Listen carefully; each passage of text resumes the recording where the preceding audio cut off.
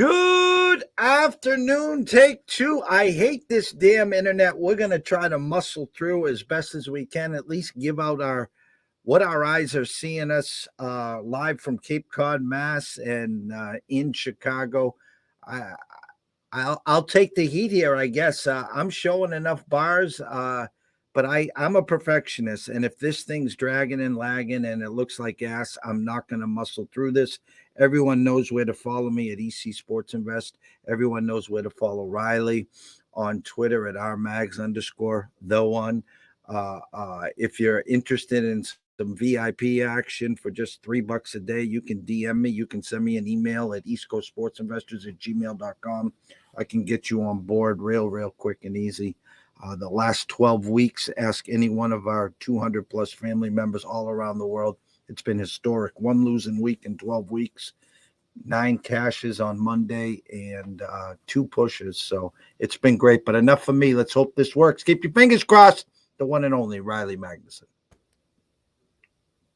What's up, sir? So far, a lot better. So we are rocking and rolling. Let's jump right into college basketball. Like I said, you were a lot better right there, and so far it's looking all right. So let's dive right in. We stopped. We were talking Purdue and Maryland. One of the first games of the night here in about an hour or so. I didn't really hear anything you said. Which way were you leaning with this one? My eyes, it's a Maryland or bust number. I said if you're going to put a full unit on this game, split it up, take Maryland first half, take them in the full game. I wouldn't be shocked if Purdue went box to wire here and they're baiting us in Maryland. I'd respect Purdue -4.5, but KenPom even has it 68-67. So I don't know what Purdue team's going to show up. Vegas is unsure, but they're willing to say, hey, we think Purdue's going to win by 2 or more. So I lean Terps, which usually means they get blown out here. Yeah. No, I'm with you. I think I am with you. I am leaning Terps as well. Like I was saying the first time around, take one. Purdue's had so many close calls on the road all season long, and now their last 2 finally caught up to them with this Northwestern and Indiana loss last couple weeks here now. And Maryland almost got them the first time around in Purdue, so they're obviously ready to go, and their defense has been playing really well. They're fine to play the slow tempo, so I think it's going to come down to it. Wouldn't surprise me, like you said, wouldn't surprise me now that we're leaning Terps if, like it often does with the Terps, they lay an egg. But I'll go on record saying it's coming. This is going to be an awesome one, and it's going to come down to the last couple of possessions here. So. 30 minutes after that one, a team that is currently number 25 per the AP poll, FAU, at Middle Tennessee, 4.5. Was that one with a 24-2 team at a 15-11 team? Was that one a little fishy there? Yeah, KenPom's got it 75-70. Middle Tennessee, we've cashed a few games with FAU this year. We haven't really dove into Middle Tennessee at all. Our overnight numbers was 4.5 with a 145.5. Right now it's circa, it's 4 and 144. I think the number's a little short. They're trying to entice you into FAU. I mean, a slight of all slight leans to Middle Tennessee State, but I have no faith in them at all. But I think the number is a little short in my eyes. Yeah, no, I haven't been following other than the success of FAU. I haven't been following it too much, but a team that's got a number next to them on all the sites or whatever you want to call it against whatever I said 14-11, 14-12 team definitely felt it was a little short to me, but I'll stay away from it. One that was looking a little stinky to me. We kind of talked about this team in the Pac-12 yesterday. Colorado at Arizona State, only 3.5, 4 at home for Arizona State. Team that's kind of on the bubble right now, playing a mediocre 14-12 Colorado team at home here. Was this one feeling a little fishy to you at all? I had overnight numbers of 2.5 with a 135.5. It shot up to 4 with a 139. Right now it's circa. Arizona State, one of the Jekyll Hyde teams of not just this year, of all time. You know, if you're on the wrong end of them, you'll know early. Colorado getting them on the road with the high altitude now coming into Arizona State. Ken Palm's got it 70-67, Arizona State. 67th versus 59. Let me see if I can pull up the resume of the question.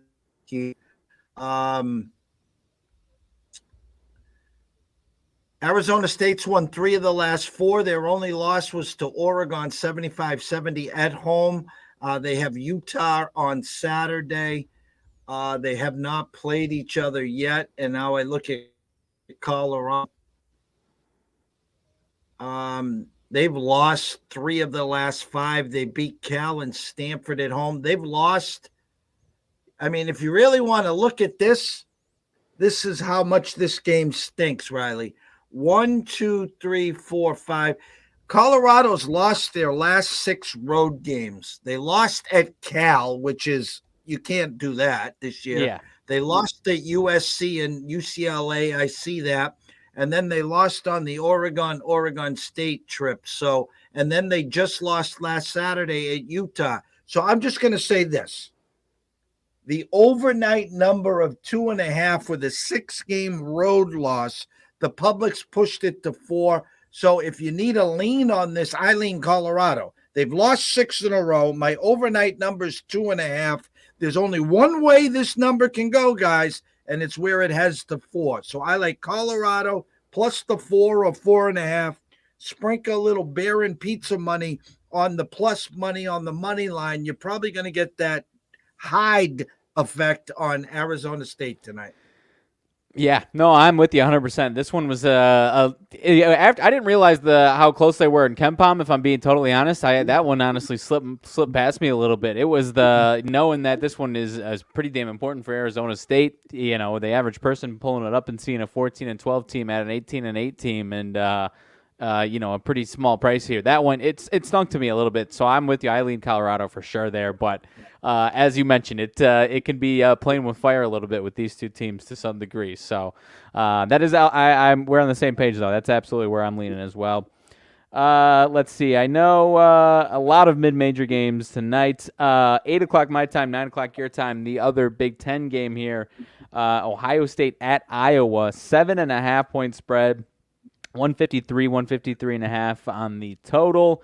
Ohio State, I don't know what their losing streak is at this point, but it is obviously getting worse and worse for them. They've lost 6 in a row, all in conference. Last 6, let's see, going back to January, they lost at Illinois. They beat Iowa at home. Then they lost at Illinois, lost at Indiana. Lost at home to Wisconsin, lost at Michigan, lost at home for Northwestern, and just lost 62-41 for the paint dryer of the weekend in the Big Ten, my friend. 41 points at home in a spot where you've already lost 5 in a row. It's tough to judge this one because I've believed that Ohio State was going to bounce back at some point here. Iowa's obviously got the revenge factor on their end of things here, so I'm going to stay far away from it. It would not surprise me if Ohio State kept this one closer to 7.5, but they might have mailed it in by this point. Who knows? Well, you're going to laugh because the KenPom rankings, Iowa's 34th, Ohio State's still 51. They got it 82-77. Everything does lead to Iowa tonight, but we're waiting for this Ohio State team to wake up. My overnight number was just a 6 with a 156. It's now 7 with a 153.5. There are some 7.5s out there. So anyone buying into Iowa in the blowout tonight, you're slightly inflated line. Yeah. I think, and I'll get egg on my face because Iowa's like Maryland to me. You go against Iowa, they put up 90 in a heartbeat. You go against them and they put up 50. I think it's an inflated line. I think Iowa wins the game, but I got a gut feeling that Ohio State might just steal a cover here.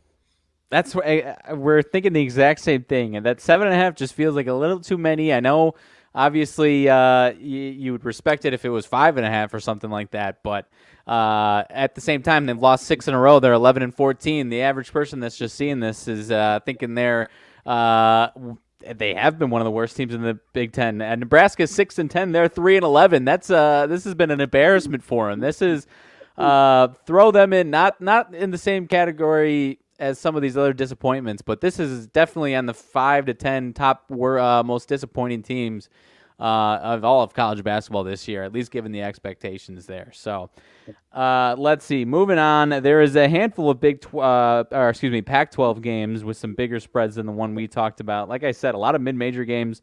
So if there's anything you were interested in, feel free to stop me. Gonzaga, this one's real late. Gonzaga at LMU, 8.5, 9-point spread. Was that one feeling a little short to you, or is that Gonzaga just on the road not being quite the same Gonzaga team that they obviously have been in the past?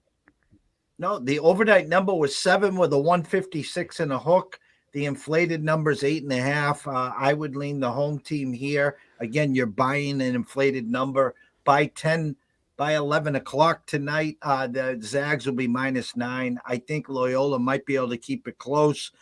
If you want to get involved in this game, take a peek at the first half as well. You might be able to catch 5.5. Hope the home team hangs around. I know if Loyola wants to go up and down, you're going to play right into the Zags' hand here, so just be careful there. Ken Palm's got it 81-75, so they got the Zags only winning by 6. Ken Palm's got the Zags at 14, Loyola at 95, so a lot bigger margin than a few of these games we've already talked about, yet they only have a 6-point victory for the Zags here. So I'm a home dog here. I don't expect them to win the game. I think if you can catch 9 in a full game, you got a good shot. And again, take a look at the first half, maybe plus 4.5, 5.5. Yep. No, I'm with you on that one for sure. A little bit earlier than that, back to the Pac-12. Utah at Arizona, 11 and 11.5 across the market for the most part here. I see a 10.5 on BetMGM, a 12 at Caesars. So this one's a little bit all over the place, depending on I assume the money on those books there. I don't know any faith in Arizona to keep this one close at all. Utah actually got the win back in early December, so Arizona's got the revenge spot here tonight. Utah and Arizona's in a bounce back spot, so definitely a big line here on this one. Any faith that Utah, a bubble team right now, any faith that they can keep this one close or give them a run for their money, or is this one all Arizona to your eyes? Had an overnight number of 11 with a 148. Now 11.5 for the 147. It was only going to go one way. That was down. I think it's Arizona all day, all night. I would take a look at Arizona first half. They need to get back into form. This was the team that was supposed to go the furthest in the Pac-12. I think UCLA has surpassed them there. And we've talked about UCLA at length here, but I think Arizona gets the job done. Take a look at the first half number, maybe 5.5, 6, somewhere in that area. And I think they can get the -11 covered in the full game as well. All righty, fair enough. How about this other one here? Let's see. What time we got here? 8 my time, 9 your time. Santa Clara at BYU. Were you surprised to see BYU favored by 5 points in this one as opposed to maybe 2.5, 3 or anything along those lines? I had a 4.5 with a 148.5, now 150.5. Ken Palm's got it 76-72 BYU. BYU 81st in Ken Palm, Santa Clara 92. I think it's a pretty fair number. Let me pull up the resume here for BYU.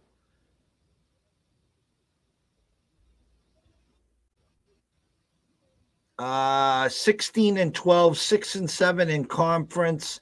They lost to Santa Clara by 7 on January 19th. They've lost 2 in a row to Pepperdine and the Zags.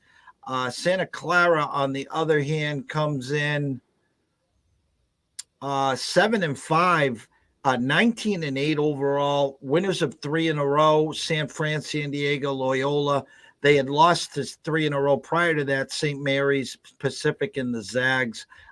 That's a respected number.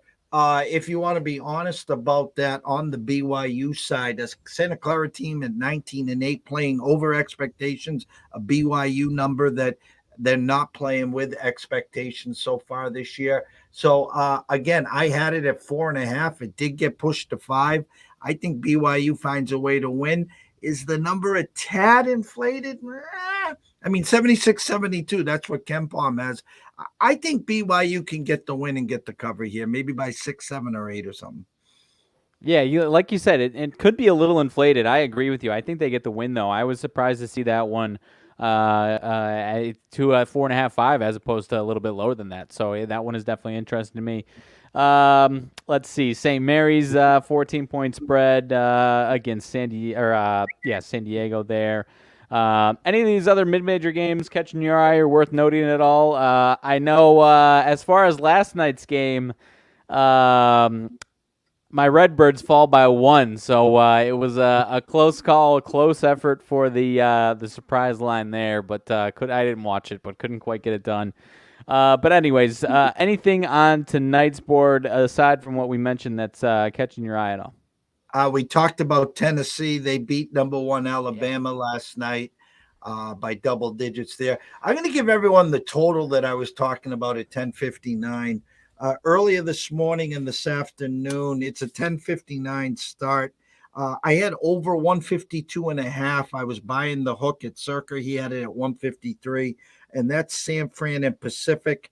They played earlier this year to a total of 135. Our numbers have it at 157.5. KenPom has it at 156. I don't have Kenny White's numbers this morning or this afternoon. Right now at Circa, you can get it at 154.5. There's other spots at 153.5. So if you can get it around 154 or over, Pacific San Fran, that's a 10:59 start. Again, they scored 135 the first game. Our numbers say 157.5. So right there's a difference of 22.5 from the first game. So keep an eye on that one there. Shout out to TJ. His Stonehill is playing LIU tonight at 7:00. Our numbers are 13. Right now at Circa, they are 13 as Mr. Benson and Mr. Metcalf keeping a close eye on his Skyhawks. I think Stonehill gets it done there. Other than that, UCLA, I think, is an inflated number at 13.5 or 14 against Stanford. I think UCLA wins, but I think Stanford finds a way to cover that game. Did you have something? I'll jump in on you. How about 23-4 Southern Miss at 13-14 South Alabama? Only a 1.5 point spread here. What is going on there? Well, I don't do this often. I do once in a while. TJ, no problem. I always take care of the family. The ECSI VIP paid selection today is, drum roll please, horns please. Let's hear the horns. Oh, we got no horns playing. Oh, well. South Alabama plus 1.5 and plus 100 on the money line. You nailed it. Here comes Southern Miss, 23-4. South Alabama, 13-14. Southern Miss has already beat them 76-72 in the first meeting, yet they're 1.5 point favorites. So that is the stench of the night tonight. That one, I knew I had that one earlier. At least noticed something there, and then I was scrolling through looking at these other ones, and that one stuck out to me for sure. So I'm glad you are thinking the same thing. Let's see. Nothing else I don't think is as stench-worthy as that. But anything else? Anything else on the board? No, you can go up to the NBA. There's 3 games. There's actually a couple reasonable spreads. I guess TNT will take it home before the All-Star break. Your Bulls, I had a 6 with a 230, now up to an 8. The other night we talked about them against the Pacers. I mean, if you played the first half, God bless you. If you had the full game, have a drink on us. I mean, I feel for you. That was the rock bottom, and I joked with you. That was last night. They were up 41-18 after the first quarter, up by 16 or 18 at halftime. That was rock bottom. But if it's anything like I told you, I am basically having deja vu watching all three of my teams right in a row. If it's anything like the other two teams, after the rock bottom loss comes about a 4 out of 5 stretch. So.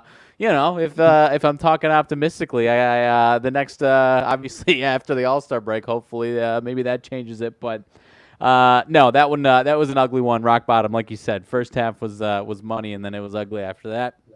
But for tonight's case, with Milwaukee on what are they on 11-game win streak or whatever the heck it is. Bulls on a 5 or 6 game losing streak right now. No DeRozan, and it's only 8.5. I think the Bulls can actually find a way to keep it close. Obviously, second night of it back-to-back, so maybe you're a little weary of a late collapse. They've had that a couple times over the last couple back-to-backs, but I think the Bulls can put up a puncher's chance and keep this one close. They've obviously they've won the first couple this year against the Bucks, so maybe the Bucks are out for some revenge, but I do believe no Middleton tonight or no Connaughton for the Bucks, but on the Bulls side of it, and on top of DeRozan, still no Derek Jones Jr., Goran Dragic, and no Alex Caruso. So, it's going to be a lot of the Zach LaVine show again tonight. So I'm going to stay away from it, but wouldn't be surprised if the Bulls can keep it close. No, this is usually the perfect example. They'll be getting blown out at halftime, and they'll come storming the beaches of Normandy, and they'll tie it up late and win it in overtime. I think you did that on a Thursday night not too long ago. In this same exact spot. But some teams have already mailed it in for the All-Star break, not going to the All-Star game, get a good 4, 5, 6 days off here. But again, I won't touch it with a 10-foot pole. Wouldn't be shocked to find your Bulls playing in a tight fourth quarter, though. Yeah, I agree with you. And Vucevic has had a nice matchup from deep. If he's hitting some shots, that might be what pushes the Bulls over the edge tonight there. So 2 other games. Washington and Minnesota, 27-30 Washington at 31-29 Minnesota. Wolves minus 2.5, 3 for the most part. It looks like here. These two teams did not play yesterday. Wizards have been playing well for the most part. 3 out of their last 4. They've been playing a little better. Wolves have been still kind of teetering back and forth a little bit here. So. I don't know. Any way you're leaning on this one? These two teams have been a little ugly for me, so I am staying far away from it. Total 235.5 seems a little bit high, but I guess kind of spot on for where Wizards games are. But go ahead. Well, just we talk about certain people listening to our show at Circa as we speak. Maryland now -1. Just saying. Oh, boy. Just saying. Oh, boy. Yeah, no feel. The 235.5 to me looks like an over. I don't have a good feel on the game. I had a 2.5 for the 235.5. The 235.5 right now with a 3 at Circa. Roll the ball out, have some fun. The first one to 120 wins the game. Yeah, I'll go on record leaning towards the Wizards, but it could be 140 to 120 or something like that, Minnesota. So I'm staying far away from it, but I will lean towards the Wiz. And definitely leaning towards the over with you as well. I do like that. Clippers and Phoenix is the late game. Seeing a couple different spots. Phoenix -1 in certain spots. The Clippers -1 in certain spots here. So a little bit differing action there. 221.5, 222 on the total. These two teams, as far as injury report, seem pretty healthy tonight. Obviously, no Kevin Durant still, but Chris Paul, I believe, is in. Booker is in. Ayton in for the Suns. Paul George, Kawhi both appear to be playing for the Clippers.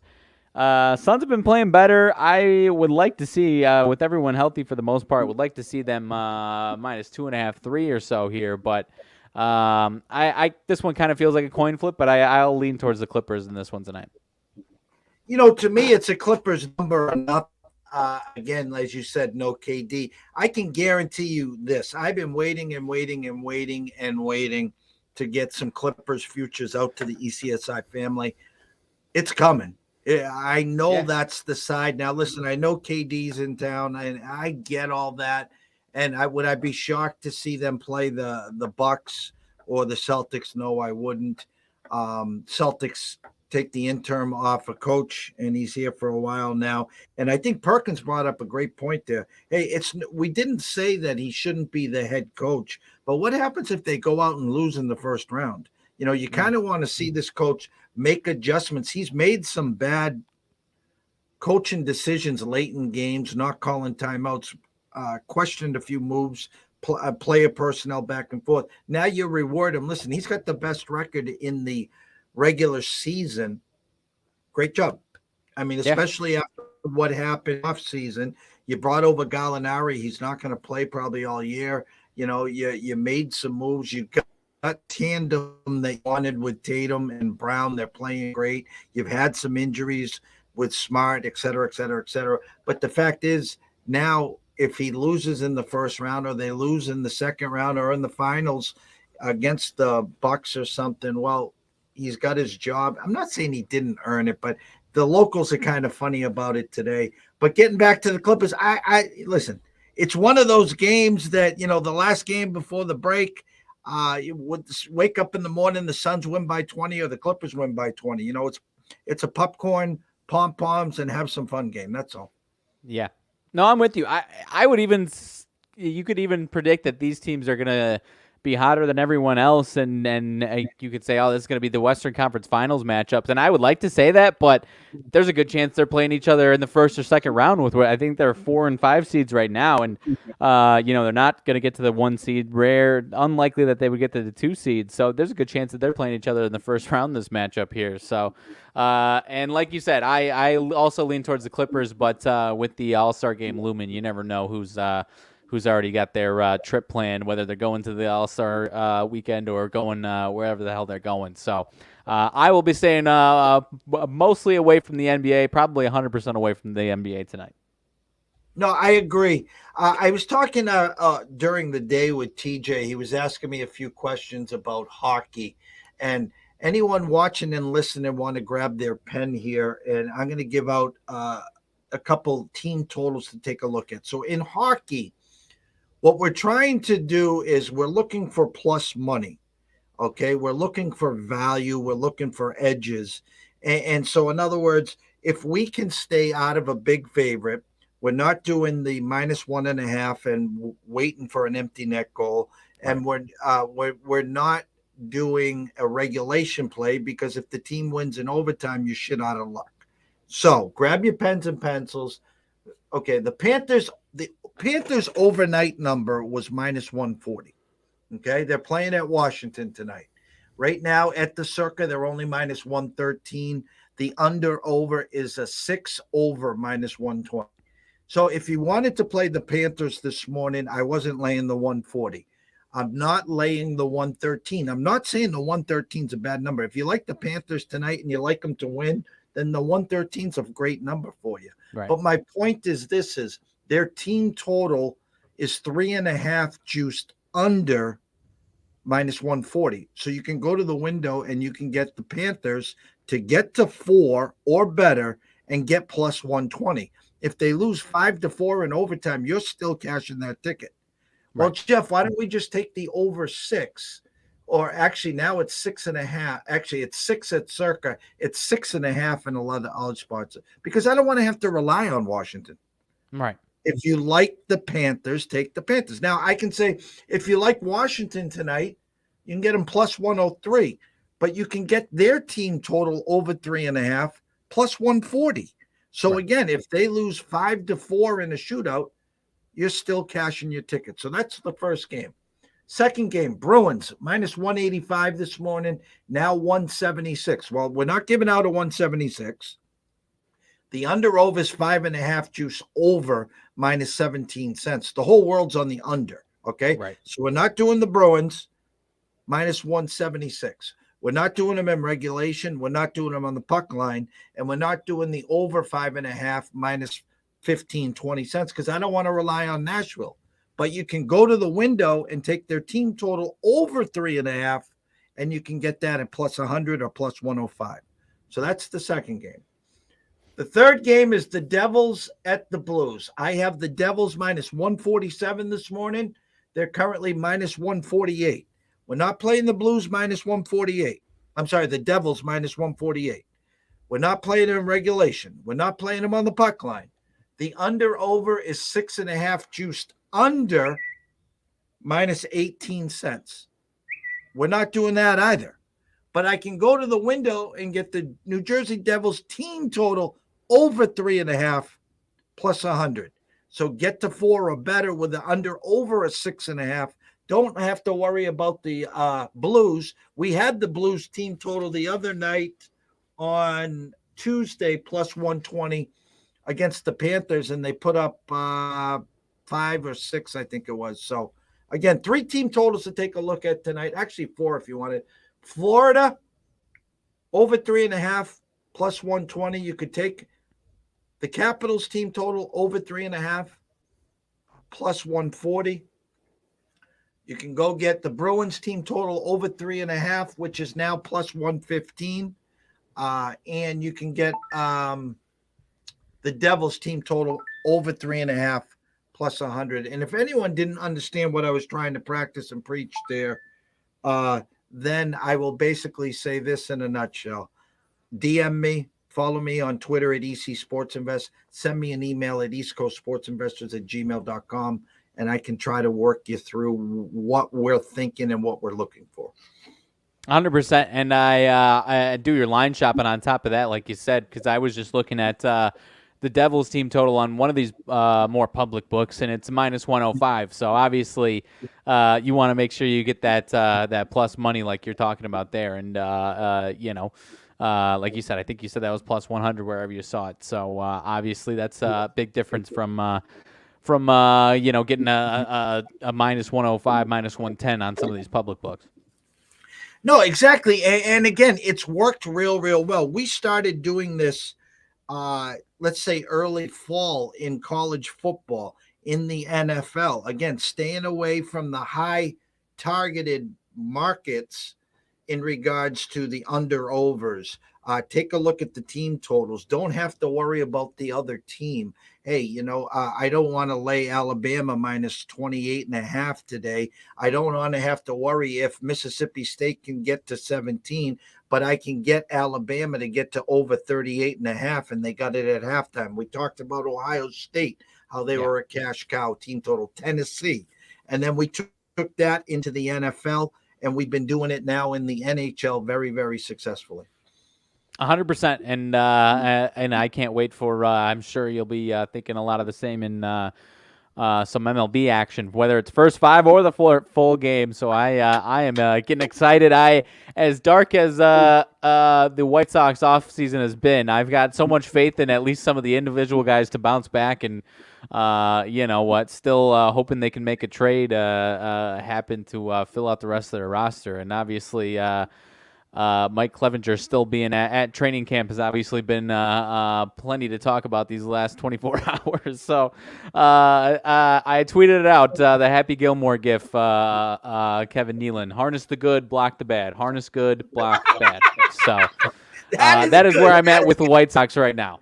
Hey, that's the classic right now. Kiefer, if you're here and watching that one, that's an all-time classic. So definitely there. Tomorrow will be round 2 in the PGA. I'll talk live right now. I don't know where you stand on the weekend. I won't be here Saturday, obviously. I don't know what the Big Ten schedule looks like for Saturday and Sunday. If I do have Andrew McGinnis at 9 a.m. Eastern, we're going to come on live in the morning. We had some scheduling conflicts today, so he's going to brighten our morning. I don't know if you're available later in the morning. You want to do a Big Ten then? If you're talking tomorrow? Yeah. Yeah, I'm available tomorrow. Okay, so I'll have Andrew on probably from 9 to 10. I'll let you get up, get some coffee in you, get some cereal or whatever you're going to have for breakfast, and we'll probably do it around 11 o'clock my time, 10 o'clock your time, and then we'll see what the afternoon brings for a closing bell. Alrighty, sounds good. Yeah, there's 4 games Saturdays, 3 on Sunday for the Big Ten, so plenty of good games. Closing thoughts. Closing thoughts, nothing crazy. Obviously, stay tuned to what we've got going on. Like you said, you've got Andrew McGinnis in the morning, Big Ten show on Friday, and then we'll be rocking and rolling into next week. I've got my PGA blogs rocking and rolling, taking a night off of the Bulls blog with what I said with the All-Star break coming up. It may be a little bit of a heartbreak after last night's action. Even though I didn't have the Bulls, it was still kept me bitter. So, just stay tuned for everything we've got going on, whether it's ECSI or myself and any of my blogs going on. And we will see you tomorrow. Tiger even through 10, is that correct? Sounds like it. He must have just bogeyed. He was at 1 under for a second there. Well, I guess he was plus money to make the cut. Did that sound right? He was, and I saw most places had some type of odds boost for him to make the cut. I think I saw 2-1 even to make the cut. So that means he will not have a good round tomorrow. I've seen that a handful of times though with him, and they've kind of just bit the bullet because they know everyone's. That kind of fattens him up a little bit. I've seen him still make the cut with those type of odds boost before. So I'm not saying I took it, but. Maybe I'm just a homer for Tiger and rooting for him, but you're probably right. But and he's still got 9 to go, I think, today. But he's hanging in there today. The only a few guys are 5, 6, 7 under, so plenty of golf left to go. My closing thoughts again, NBA coming to the All-Star break. The ECSI VIPs will start to dabble a little more. I think I've given out maybe 7 NBA games all year. If I stopped, I think we're 5-2, so I would have a winning year on that. We talked about the Bucks preseason, Eastern Conference champs, NBA champs. It's the only futures that I really have right now. I do have my eyes on some teams in the West. We did talk preseason with Ski Profit about Cleveland as the dark horse in the East. They've had a good start there. We are going to start cooking with Crisco in the baseball. We had Scotty Webb on last night talking WBC and MLB. And between you and I, yes, we will be talking a lot of first fives. The same thing I just talked about hockey. I don't want to get into a -2-1 with Darvish on the mound versus the Cardinals. I don't want the bullpen. It's taxed. They're at home. They are only guaranteed 24 outs. So let's look at the first 5 minus the hook. Let's grab the +110 money. Hope it's not a tie. Hope the Padres get a couple runs and hold on there. Be looking at some team totals all throughout the year. Find ways, again, to grab the plus money, even though the team's favored by -175, 185. You got to get creative. You got to peel that onion back. Nothing better than a book loving the square better. Well, I'll take the -200. I'll take the run line and not even look at the actual odds and say, I'm only guaranteed 24 outs. The bullpen's taxed. We got a 3-0 lead, and they give up 2. And at least I won the -200. How's that sound? Yeah, you have got the playbook of with the whatnots in baseball it seems simple, but not enough people adhere to it. So like I said, I'm getting juice for it, and hopefully there's a few more positives before the season starts for my White Sox. But still feeling more optimistic than a lot of the fan base right now. So we'll see how things go. So tomorrow morning, Andrew McGinnis, 9 a.m., rise and shine with us. Grab some coffee, grab some oatmeal, and get ready for some pucks, props, futures. Friday night and Saturday slate with myself and Andrew there. And then we'll follow it up probably right around, give or take. We'll see. I'll post it out there on Twitterville around 11 o'clock my time, 10 your time. We'll do a Big Ten preview for Friday and Saturday, Sunday for the Big Ten. And then we'll figure out if both schedules are available. I know in the afternoon, 2:30, I'll have Dan Alexander. We're going to be talking the follow-up of the Eagle loss, see how he's doing, if he's still okay, what to look for next year. I'm hearing Jalen Hurts, $45 million a year. He'll be asking for good luck there.